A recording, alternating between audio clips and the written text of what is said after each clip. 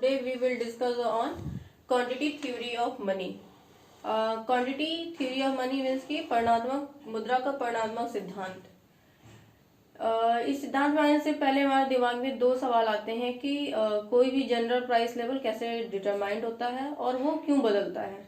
तो इस सवाल के ये जो दोनों सवाल हैं इसकी चर्चा क्लासिकल इकोनॉमिक्स ने अपने इक्वेशन के द्वारा सुलझाने की कोशिश की है. P is a function of M. M is independent variable और P is dependent variable. यानी मुद्रा की पूर्ति में होने वाले परिवर्तनों का प्रभाव आपका प्राइस लेवल पे पड़ता है. अगर मनी सप्लाई अगर बढ़ाई जाती है तो प्राइस लेवल बढ़ जाता है और मनी सप्लाई को घटा दिया जाए तो प्राइस लेवल घट जाता है. दोनों के बीच में पॉजिटिव और डायरेक्ट रिलेशनशिप है. जैसे कि क्लासिकल इकोनॉमी की किसी भी वस्तु की कीमतों को कैसे निर्धारण होता है कि जहां पर डिमांड ऑफ मनी और सप्लाई फॉर मनी एक दूसरे के इक्वल होता है. इस क्वांटिटी थ्योरी ऑफ मनी की जो चर्चा है वो 15वीं शताब्दी में ही शुरू हो गई थी, लेकिन इसकी वैज्ञानिक व्याख्या या फिर यूं कहे कि सिस्टमेटिक तरीके से जो बाकी व्याख्या होती है वो इरविंग फीसर ने 1911 में the purchasing power of money अपनी पुस्तक में इसकी चर्चा की. उन्होंने कहा कि अगर सभी चीजें सामान्य होती हैं तो मनी सप्लाई को बढ़ाने से हमारा प्राइस लेवल बढ़ जाता है, लेकिन वैल्यू ऑफ मनी घट जाती है. वैल्यू ऑफ मनी क्या होती है? The purchasing power of money, यानी मुद्रा की एक इकाई से हम कितनी वस्तुओं को खरीद सकते हैं. अगर मुद्रा की पूर्ति को घटा दिया जाता है तो प्राइस लेवल घट जाता है, लेकिन वैल्यू ऑफ मनी बढ़ जाता है. इरविंग फिशर ने यहाँ पे मुद्रा का या मनी का यूज सिर्फ और सिर्फ ट्रांजैक्शन करने के लिए, यानी कि वस्तुओं की खरीदारी करने के लिए यूज किया या मीडियम ऑफ एक्सचेंज के तौर पर किया है. इसीलिए हम इरविंग फिशर के इस सिद्धांत क्वांटिटी थ्योरी ऑफ मनी को कैश ट्रांजैक्शन अप्रोच भी कहते हैं. फिर आता है कि इन्होंने एक इक्वेशन दिया MV equal to PT. M stock of money, V velocity of money, P price level and T volume of transaction of good. ये कहते हैं कि प्राइस लेवल का हमारा जो डिटर्मिनेशन होता है वो stock of money equal to हम एक इकोनॉमी में जितनी वस्तुओं को खरीदते हैं यानी वैल्यू ऑफ गुड्स के बराबर होना चाहिए. MV को इन्होंने सप्लाई ऑफ मनी भी कहा या फिर इनकम ऑफ इकोनॉमी कहा. PT को इन्होंने डिमांड फॉर मनी, यानी कि दी हुई मुद्रा के द्वारा हम कितनी वस्तुओं को परचेस कर सकते हैं जो कि इकोनॉमी में अवेलेबल है. यहाँ पे इनकी equation MV equal to PT. V एक टर्म होता है वेलोसिटी. वेलोसिटी ऑफ मनी क्या होता है कि मुद्रा की एक इकाई का यूज हम कितनी बार करते हैं गुड्स को खरीदने के लिए, उसे हम मुद्रा की चलन गति कहते हैं. V को हम इनके इक्वेशन से भी ज्ञात कर सकते हैं. V equal to PT by M. PT यानी total trade, M stock of money. Total trade मान लीजिए कि अगर आपका 5 करोड़ रुपए हुआ है या टोटल ट्रांजैक्शन डिमांड आपका 5 करोड़ है और स्टॉक ऑफ मनी जो कि इकोनॉमी में अवेलेबल है वो 1 करोड़ है, तो PT बाई M है. तो ये 5 डिवाइडेड बाई 1 इक्वल टू 5, यानी वेलोसिटी 5 आ गई. तो वेलोसिटी अगर 5 है इसका मतलब है कि मुद्रा की एक इकाई को हम वस्तु को खरीदने के लिए कम से कम 5 बार यूज किए हैं. फिर इन्होंने अपनी थ्योरी में कहा कि जो ये वेलोसिटी होती है वो कांस्टेंट होती है. वेलोसिटी हमारी क्यों कांस्टेंट होती है? क्योंकि इन्होंने अपनी थ्योरी में ये माना है कि money supply is determined by the exogenously factor. Money supply जो है वो बाह्य कारकों द्वारा निर्धारित होता है, इसीलिए जो ये इसकी वेलोसिटी होती है वो भी बाह्य कारकों द्वारा निर्धारित होती है, जैसे कि ट्रेड या बैंकिंग सिस्टम या हैबिट, इन सारी चीज. इसलिए इन्होंने इसको कांस्टेंट लिया.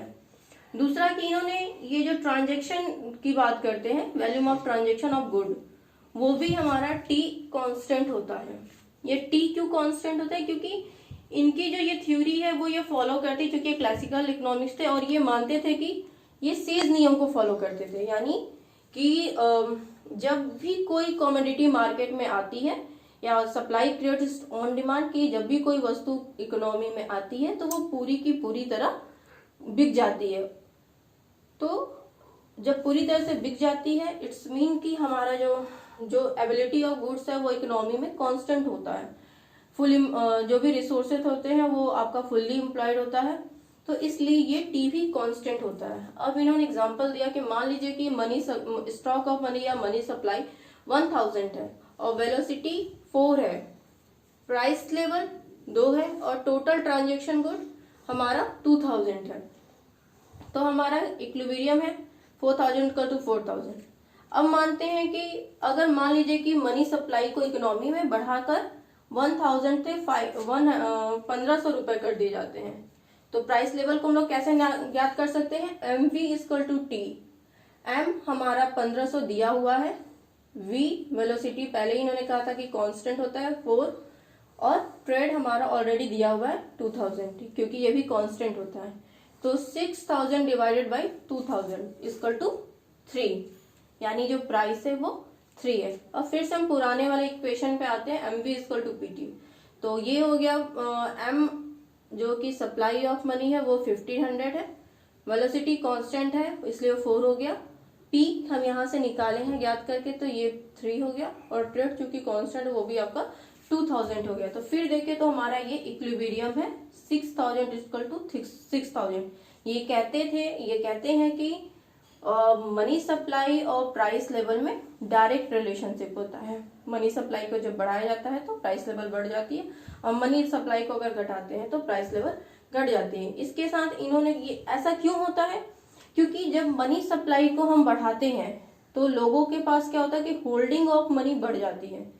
क्योंकि इकोनॉमी में फुल एम्प्लॉयमेंट है, तो अगर लोगों के पास होल्डिंग ऑफ मनी बढ़ती है तो अगर वो उस पैसे को रख लेते हैं तो वो यूजलेस होता है। तो इसलिए लोग क्या करेंगे कि उस रुपए का यूज वो कमोडिटी को खरीदने के लिए यूज करेंगे।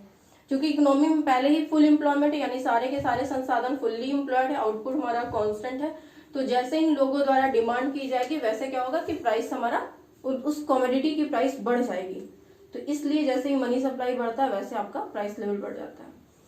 फिर फिशर इस इक्वेशन को एक्सटेंड करते हैं आने कि इसमें इन्होंने बैंक मनी या क्रेडिट मनी और उसकी वेलोसिटी को भी लेते हैं, जिसे हम m डैश या फिर m dash credit money v dash इसकी वेलोसिटी यानी क्रेडिट मनी की वेलोसिटी इक्वल टू पीटी। फिर ये कहते हैं कि अगर हम एक इक्वेशन देखते हैं कि p equal to M V plus m dash v dash, इन्होंने भी यहाँ पे v डैश को कांस्टेंट v को कांस्टेंट माना है और v डैश को भी कांस्टेंट माना, यानी क्रेडिट मनी की जो वेलोसिटी है उसको भी कांस्टेंट माना है। लेकिन साथ ही साथ इन दोनों का रेशियो m और m डैश के रेशियो को भी इन्होंने कांस्टेंट माना है। रेशियो मतलब क्या होता है कि मान लीजिए कि अगर फर्स्ट टाइम में 1000 है अगर स्टॉक ऑफ मनी और m1 500 है, तो रेशियो क्या हो गया 2। इन सपोज कि अगर हम मनी सप्लाई को बढ़ाकर 2000 कर देते हैं और बैंकिंग मनी को बढ़ाकर 1000 करते हैं, तो तब भी हमारा रेशियो क्या हो गया 2, यानी ये जो 2 का रेशियो है वो कांस्टेंट होना चाहिए। फिर इसको भी हम एक न्यूमेरिकली समझ सकते हैं कि P मान लीजिए कि स्टॉक ऑफ मनी 1000 है, वेलोसिटी हमारा चूंकि कांस्टेंट होता है लेकिन यहाँ पे हमने मान लिया 3 है, क्रेडिट मनी या बैंकिंग मनी आपका 500 है और ये इसकी वेलोसिटी 2 और टोटल ट्रांजैक्शन डिमांड आपका 4000 है। तो 4000 is divided by 4000 equal to 1। तो अगर मान लीजिए कि प्राइस 1 हो गया, अब इस प्राइस 1 का वैल्यू कितना होगा वैल्यू ऑफ मनी का, तो वैल्यू ऑफ मनी याद करने के लिए क्या होता है कि 1 बाई पी, यानी वैल्यू ऑफ मनी और प्राइस लेवल में इनवर्स रिलेशनशिप होता है। तो 1 is divided by 1 equal to 1। If कि अगर हम मनी सप्लाई को बढ़ाते हैं, मान लीजिए कि हम मनी सप्लाई को बढ़ाकर 2000 कर देते हैं, क्योंकि हमारी इसकी वेलोसिटी कांस्टेंट होती है तो हम 3 ही लेंगे। अभी हम बताया कि इसका m और m1 का रेशियो कांस्टेंट होता है, तो अगर ये 2000 हो गया तो ये हमारा 500 से 1000 हो जाएगा, क्योंकि इन दोनों का रेशियो 2 के बराबर है। तो इसकी भी वेलोसिटी कांस्टेंट होती है, तो ये भी यहाँ पे 2 हो गया, और ट्रेड हमारा चूंकि कांस्टेंट होता है तो हमने उसको भी 4000 लिया। अब क्या है कि 8000 is divided by 4000 equal to 2। यहाँ पे चूंकि मनी सप्लाई को बढ़ाया गया है तो हमारा प्राइस जो पहले 1 था जब मनी सप्लाई आपकी 1000 थी, जैसे ही हमने इस मनी सप्लाई को बढ़ाकर 2000 किया, वैसे ही प्राइस लेवल भी बढ़कर डबल हो गया। यानी कि जितनी मात्रा में मनी सप्लाई बढ़ी उतनी ही मात्रा में प्राइस लेवल भी बढ़कर बढ़ा। तो ये 2 हो गया। यानी अब वैल्यू ऑफ मनी देखते क्या होता है कि value of money 1/P equal to 1/2 equal to 0.5, यानी वैल्यू ऑफ मनी आधी हो गई। मनी सप्लाई दुगनी हुई, प्राइस लेवल दुगनी हुई, लेकिन वैल्यू ऑफ मनी घटकर आधी हो गई। नाउ एजम्पशंस क्या है इस थ्योरी में? लगभग मैंने सारे एजम्पशंस बता दिए कि इसमें वेलोसिटी ऑफ मनी को कांस्टेंट लिया गया है, फिर ट्रांजैक्शन डिमांड या फिर ट्रेड को कांस्टेंट लिया गया है। P is a passive factor, P is a passive factor है कि ये मतलब ये डिपेंडेंट वेरिएबल ये मनी सप्लाई में जो चेंजिंग होता है उससे वो प्राइस लेवल को अफेक्ट कर सकता है, लेकिन प्राइस लेवल में होने वाली जो चेंजेस है वो मनी सप्लाई को अफेक्ट नहीं कर सकती। फिर मुद्रा का जो कार्य है मीडियम ऑफ एक्सचेंज, फिर ratio of M to M constant होता है, ये फुल एम्प्लॉयमेंट लेवल को फॉलो करता है। फिर ये जो थ्योरी है वो लॉन्ग रन में एप्लीकेबल होती है। नाउ अगर हम फिगर के द्वारा अगर इसको समझने की कोशिश करें तो इसमें जो फिगर है उसके 2 सेक्शन है। पहला, मनी सप्लाई और प्राइस लेवल के बीच में डायरेक्ट रिलेशनशिप होता है। नीचे का जो फंक्शन है 1/P is a function of M, ये नीचे वाला जो सेक्शन है वो आपका वैल्यू ऑफ मनी को दिखाता है। ऊपर का जो फंक्शन है वो स्ट्रेट लाइन है। ये मान के ही चलते हैं कि मनी सप्लाई और प्राइस लेवल में डायरेक्ट रिलेशनशिप होता है, डायरेक्ट एंड प्रोपोर्शनल रिलेशनशिप होता है। इसलिए अगर मान लीजिए कि M मनी सप्लाई है तो हमारा प्राइस लेवल क्या है P, जो कि E पॉइंट पर इक्विलिब्रियम पे है। उस टाइम पे हमारा वैल्यू ऑफ मनी क्या है नीचे MP। सपोज कि अगर मनी सप्लाई को बढ़ाकर M से M2 कर देते हैं जो कि E2 पॉइंट पे इक्विलिब्रियम में है, और उस टाइम पे हमारा प्राइस लेवल भी बढ़कर दुगना हो जाएगा, P2 हो जाएगा। लेकिन अगर हम नीचे का सेक्शन में देखें कि क्या होगा कि प्राइस लेवल मुद्रा की पूर्ति बढ़ाने से मुद्रा का जो मूल्य है वो घटकर आधा हो जाता है, जो नीचे की तरफ से P से P2 पे आ जाता है। ठीक उसी तरीके से अगर मुद्रा की सप्लाई को कम कर देते हैं, M से M1 पे लाते हैं, तो जो प्राइस है वो घट जाती है लेकिन वैल्यू ऑफ मनी बढ़ जाती है। यानी कि ये थ्योरी ये कहती है कि दोनों के बीच में मनी सप्लाई और प्राइस लेवल के बीच में direct relation and proportional relationship होता है, लेकिन प्राइस और वैल्यू ऑफ मनी के बीच में इनवर्स रिलेशनशिप होता है। अब इसके कुछ क्रिटिसिजम्स के बारे में भी जान लेते हैं। तो पहला क्रिटिसिजम्स ये है कि इंटरडिपेंडेंस ऑफ वेरिएबल। इन्होंने ये कहा था कि M कांस्टेंट होता है, V कांस्टेंट होता है, T कांस्टेंट होता है, P कांस्टेंट होता है। तो ऐसा नहीं है। ये जो वेरिएबल्स हैं या एक दूसरे को अफेक्ट करते हैं, जो कि फीसर ने अपने इक्वेशन में इनको कांस्टेंट मान लिया था। जैसे मनी सप्लाई इन्फ्लुएंस V, जब मुद्रा की पूर्ति को बढ़ाया जाता है तो उससे क्या होता है, वेलोसिटी कांस्टेंट नहीं होती, वेलोसिटी हमारी बढ़ जाती है। जैसे कि अगर मुद्रा की पूर्ति बढ़ती है तो लोग ज्यादा से ज्यादा खरीदारी करेंगे, जब ज्यादा से ज्यादा खरीदारी करेंगे तो मुद्रा की जो वेलोसिटी है वो बढ़ जाती है। फिर P इन्फ्लुएंस T, जैसे कि अगर हम प्राइस लेवल जब हमारी बढ़ती है तो वो ट्रेड को अफेक्ट करती है। जैसे कि इन्होंने अपनी थ्योरी में कहा था कि ट्रेड हमारा कांस्टेंट है या ट्रांजैक्शन डिमांड हमारा कांस्टेंट है। ऐसा नहीं है। अगर प्राइस लेवल अगर बढ़ता है तो लोगों को प्रॉफिट होता है, जब प्रॉफिट होगा तो लोग ट्रांजैक्शन डिमांड को बढ़ा देंगे। फिर ट्रेड इन्फ्लुएंस V, यानी वेलोसिटी को अफेक्ट करता है ट्रेड अगर हमारा बढ़ता है तो लोग ज्यादा से ज्यादा खरीदारी करते हैं, जब खरीदारी करेंगे लेन देन के लिए मुद्रा की मात्रा की डिमांड करेंगे तो मनी सप्लाई बढ़ेगा, जब मनी सप्लाई बढ़ेगी तो वेलोसिटी बढ़ेगी। फिर ये कहते हैं, दूसरा जो इसका क्रिटिसिज्म वो है कि ये जो थ्योरी है वो लॉन्ग रन में एप्लीकेबल होती है। तो लॉन्ग रन को लेकर केन्स ने कहा कि है कि लॉन्ग रन एक क्या है कि एक काल्पनिक अवस्था है। लॉन्ग रन में तो सारे व्यक्ति मर जाते हैं और जो भी प्रॉब्लम्स होती है वो शॉर्ट रन में होती है, जिसके बारे में ये थ्योरी कोई डिस्कस नहीं करती है। फिर नेक्स्ट एग्जाम्पल है कि फुल एम्प्लॉयमेंट में एक काल्पनिक स्थिति होती है। फिर नेक्स्ट क्रिटिसिज्म है स्टैटिक थ्योरी, यानी ये सीधे सीधे एक क्या है कि V constant, T constant, V bar constant, ratio M to M constant है कि लगभग सारी चीजों को कांस्टेंट करके डायरेक्ट ये प्रूफ करती है कि मनी सप्लाई बढ़ती है तो प्राइस लेवल बढ़ती है और मनी सप्लाई घटती है तो प्राइस लेवल घट जाए। एक स्टैटिस्टिक, एक बिल्कुल ही इसमें कोई डायनेमिक चेंजेस हमको देखने को नहीं मिलता है।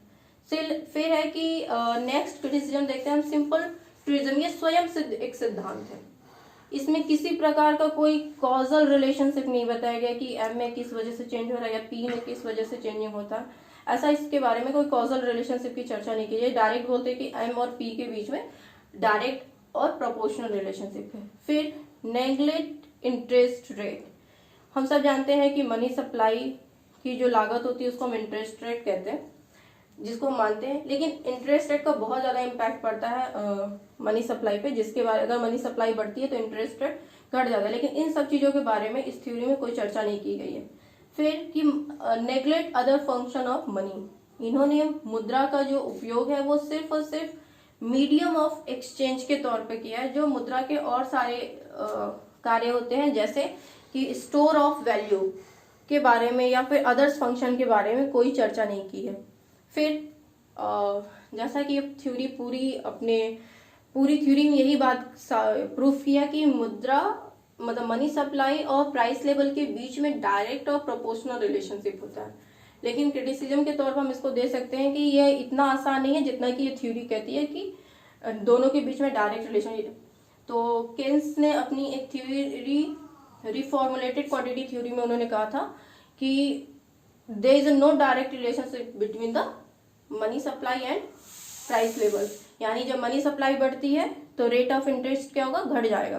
रेट ऑफ इंटरेस्ट घटेगा यानी इन्वेस्टमेंट बढ़ेगा, इन्वेस्टमेंट बढ़ेगा यानी कि लोगों के पास इनकम आएगी तो वो नए रोजगार लगेंगे, नए रोजगार होगा तो उनसे लोगों को क्या होता है कि नए रोजगार लगेंगे तो आउटपुट बढ़ेगा, आउटपुट बढ़ेगा यानी कॉस्ट बढ़ेगा, कॉस्ट बढ़ेगा यानी कि प्राइस लेवल बढ़ेगी। तो ये डायरेक्ट रिलेशनशिप नहीं है। क्वांटिटी इनकी थ्योरी के अगेंस्ट में जैसे कि इनकी थ्योरी को हम कहते हैं कैश ट्रांजैक्शन अप्रोच, इन्होंने सिर्फ एक ही फंक्शन लिया था, मीडियम ऑफ एक्सचेंज।